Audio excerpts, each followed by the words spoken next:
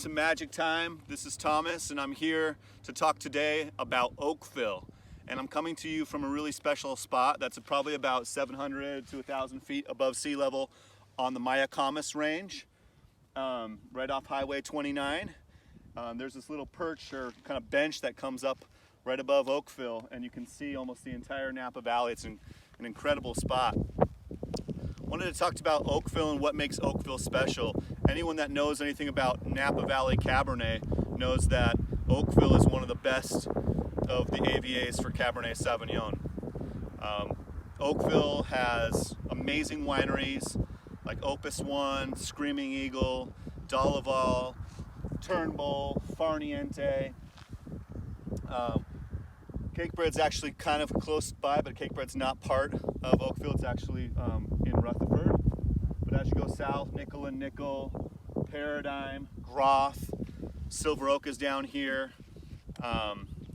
Just a really amazing set of wineries. Cardinal, also part of Oakville. And what makes Oakville so special is that it's very warm, number one. It's right smack dab in the middle of the valley. So the further south you go towards the San Pablo Bay, the cooler the temperatures get. And the further north you get, it gets a little bit warmer even up into St. Helena. But this is kind of the sweet spot, right in the heart of the Napa Valley, to where it's very warm, but it also gets really cool at night. And the soils here are incredibly diverse. They're a combination of both sedimentary soils that were on the bottom of the ocean. So where I'm sitting right now on the Mayacamas mountain range, which separates us from Sonoma County here in Napa. This mountain range was a tectonic plate that lifted out of the ocean. And so what you get is a lot of the sedimentary soils that were very well drained from the bottom of the ocean. And then on the other side of the mountains, on the other side of the valley, there's the Vaca mountain range, which you can see really clearly. The Vaca range is a volcanic mass that was produced millions of years ago, and that is all this red, volcanic, very well drained stone, a lot of compressed ash and tufa. And the valley below, which is Oakville right here, is kind of a mix hodgepodge mash of both those types of soils. It's a very soil diverse appellation, and in some vineyards you can even see like a cross striation of one type of soil and another type of soil. And what vintners will do is they'll actually plant different rootstocks and different clonal material in the same vineyard, depending on where that line of different soil crosses by. Just an amazing appellation for Cabernet. Rich, dense, full Cabernets, powerful on the palate, roundness, ripeness, and you never have problems making Cabernet in Oakville. If you're a producer and you are making Cabernet in Oakville and somehow your wines are thin, high acid, and don't have a lot of structure and body, you probably should move to another appellation, or you don't know what you're doing, because Oakville's like this cream of the crop. I mean, we're talking Beckstoffer Tokelon is here, Mondavi Tokelon, Dietert back in the corner here, Heights Martha's Vineyard. Absolutely incredible wines here. Promontory, Bill Harlan's place, and one of the best places to grow Cabernet is back by that mountain range, right back there, because it gets all the afternoon sun and it's really well drained volcanic soil. It's kind of like this benchland on the backside in East Oakville, and you'll find Rudd back there, Screaming Eagle, as I mentioned, Dalaval. Turnbull has a vineyard up on the mountain range up there, Vinecliff. Just really great wineries on the east side of Oakville. West side of Oakville, amazing too, with the Tokelon Vineyard, Martha's Vineyard. Two different types of wines. I'd say the wines that are on the east side, back by the Vaca range, are a little fuller and richer. And I would say the wines that are grown kind of more on the west side towards the Mayacamas range are more aromatic and intense aromatics and potentially higher acidity, making for really good long-term aging. Oakville, an amazing appellation. Now I'm gonna go take you around real quick and I'm gonna shoot some photos and talk a little bit more about Oakville down there on the valley floor. Enjoy. It's outside the historic Oakville Grocery, one of the Napa Valley staples. If you're on your wine trip and you want a good sandwich, overpriced sandwich, but a good sandwich, and some refreshments before you go to your next winery, always stop at the Oakville Grocery. It's been under few ownership changes in the last few years.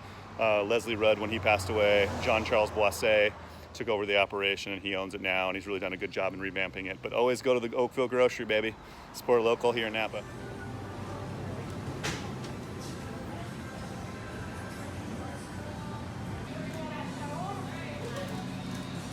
Out here outside of Robert Mondavi's famous winery here in Oakville. Super instrumental. Robert Mondavi, one of the great pioneers of Napa Valley. In fact, I probably wouldn't even be standing here in Napa today if it wasn't for the great Robert Mondavi.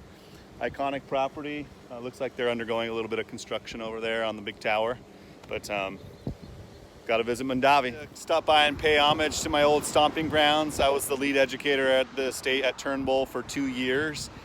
Great property established in 1979 by the great architect William Turnbull Jr. The legacy has been carried on by the owner now, Patrick Odell, who's put together some of the greatest vineyards in all of Napa Valley. He owns like 225 acres of estate property, most of which is in East Oakville, backed by Screaming Eagle. Truly some of the best Cabernets being made right now in Napa Valley by a superb winemaker, Peter Heights, who is a Napa Valley native, born and raised up in Calistoga.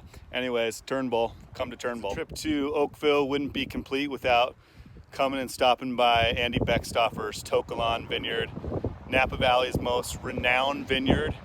It's been said that tonnage from this property in premium blocks can go for anywhere from $25,000 to $30,000 per ton for the Cabernet out of Tokelon. Really special soil over here, just perfect climate for Cabernet Sauvignon and some of the best wines in the entire Napa Valley. Tokelon is outside of Silver Oak, right here on Oakville Cross, one of the iconic brands of Napa Valley. They made some of the best Cabernets back in the early 90s, late 80s. The brand blew up and they definitely scaled the project quite a bit, and I don't believe the Cabernets are quite my style anymore, but an amazing winery to visit. Gorgeous tasting room, beautiful property, owned by a really great family too, American family that's done really well from themselves. And go to Silver Oak, check it out. The wines are still really good, just maybe a little stylistically different than what you were used to back in the early 80s, or the late 80s and early 90s in terms of their wine production. Silver Oak is certainly one of the iconic producers here in Oakville. Definitely known for their Sauvignon Blanc and their Cabernet Sauvignons. Old school producer that's been around for a while, still making really great wines. I've always thought their building kind of looks like an ice cream parlor, but it's actually like some type of South African design or something like that. Really neat winery to go visit. If you guys have ever wondered what Screaming Eagle looks like, that's Screaming Eagle, these two nondescript little red barns back here on the east side of Oakville, right off the Silverado Trail. And I'm gonna finish with that. I don't have time to go to all the Oakville wineries. I missed a lot of cool properties. Farniente, B Cellars, Rudd, Gargiulo. Just amazing properties here in Oakville. I hope you enjoyed the movie.